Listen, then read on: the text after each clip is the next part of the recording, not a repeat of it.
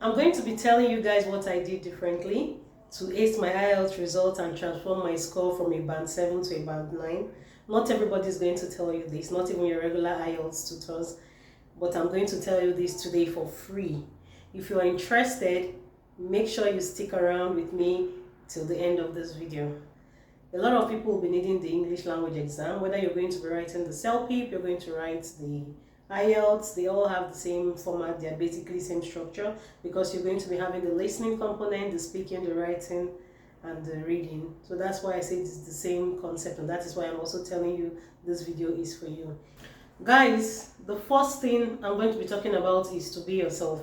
As simple as this may sound, or as silly as it may sound to some people, it's a game changer.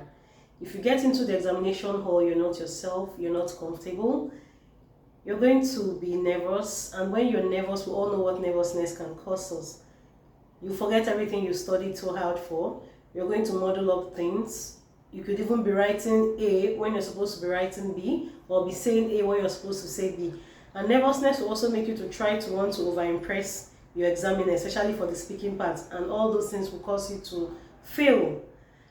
I'm a living witness and I'm an example. When I wrote my first exam in the speaking part, I was not myself.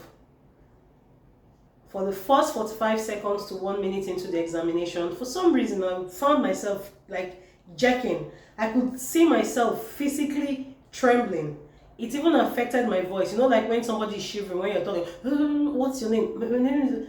So imagine that kind of thing. And first impression really matters. The way you introduce yourself the first time will already give examiner like a whole lot about you. Okay, so please, the first thing we'll have to do is to try to be yourself. It will really help you a lot. Guys, if you want to know what I did differently to help me with being myself, make sure to continue watching this video. In my next exam, before I went, I told myself, I spoke to myself in fact. Before I went for my next exam, I spoke to myself. I told myself, this examiner is just a human being like me. I don't have any reason to be scared or afraid of the person. So I removed the person from the picture. So if you're going to write an exam, what I'm going to advise you is, if you know that person you're very comfortable talking to, is it your close friend, your family member, whoever it is you're comfortable having a conversation with, and you're being yourself, you're natural, assume that your examiner is that person. Don't even see the examiner when you enter. That was what I did. So when you enter there, tell yourself, I cease to see this examiner. Right now, as far as I'm concerned, I'm talking to my friend. That way you're more free, you're more comfortable to discuss and tell the person whatever you want to tell the person, and it will flow. Another thing I want you guys to understand is that this IELTS or CELPIP, whichever one you're taking, is a test of English language, not a test of your knowledge in a particular field. That's one other mistake people make. I've seen a lot of people, they are in different IELTS group, and then somebody will come to like give you people their experiences about their own exam they took, which is very okay. Sometimes they even tell you, okay, look at the questions I was asked, and you start preparing for that particular question. Some people go as far as cramming. Then when you get into the examination hall, the examiner asks you something totally different from what you were cramming or expecting.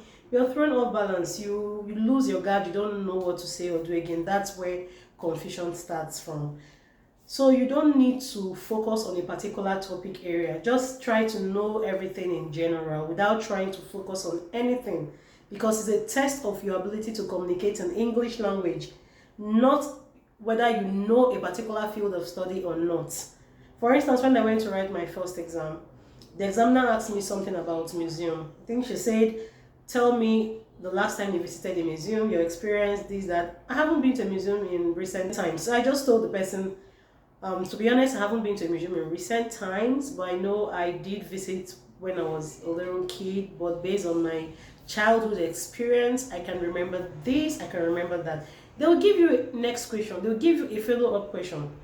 Once you don't know about a particular topic, or you don't have so much to say about a particular topic, they will keep giving you more questions. Some people are able to, within a twinkle of an eye, come up with ideas and topics to say. Some people might not want to just say anything, because you can say one thing, it will lead to follow-up questions, and you might not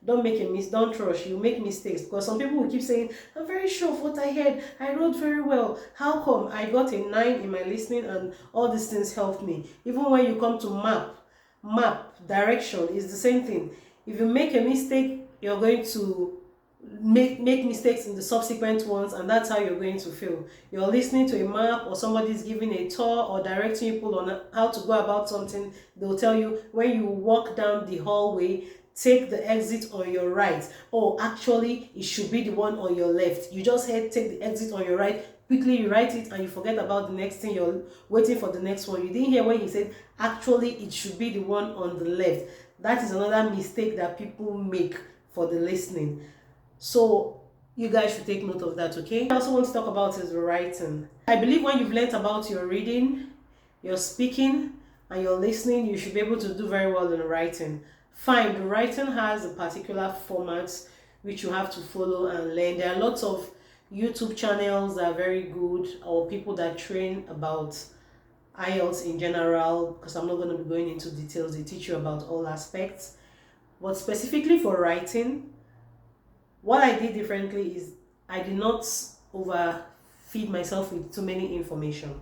So I'm going to tell you, if you want to practice or if you want to follow a particular person, stick to 1 or 2 tutors online. Not when you go and learn from A, you learn from B, C, D. On that day, you've forgotten the format. You might be writing paragraph A with what you learned from tutor A, paragraph B, what you learned from B, and you model up everything. Most of all these tutors are good, but like I said, stick to like 1 or 2 people and follow their prompts, follow their steps, follow the way they teach you, because when you learn from here, you get confused, you have information overload, and then on that day you don't know what you're going to write again. These were the things I did that helped me to upgrade from a band 7 to point 9, like I told you guys. If you guys have other things you did, if you have your own experiences, I'd like you to put it in the comment section below, because this is a learning platform, so that other people will also learn and see what you did differently and also learn from you. Thank you so much, and see you in my next video.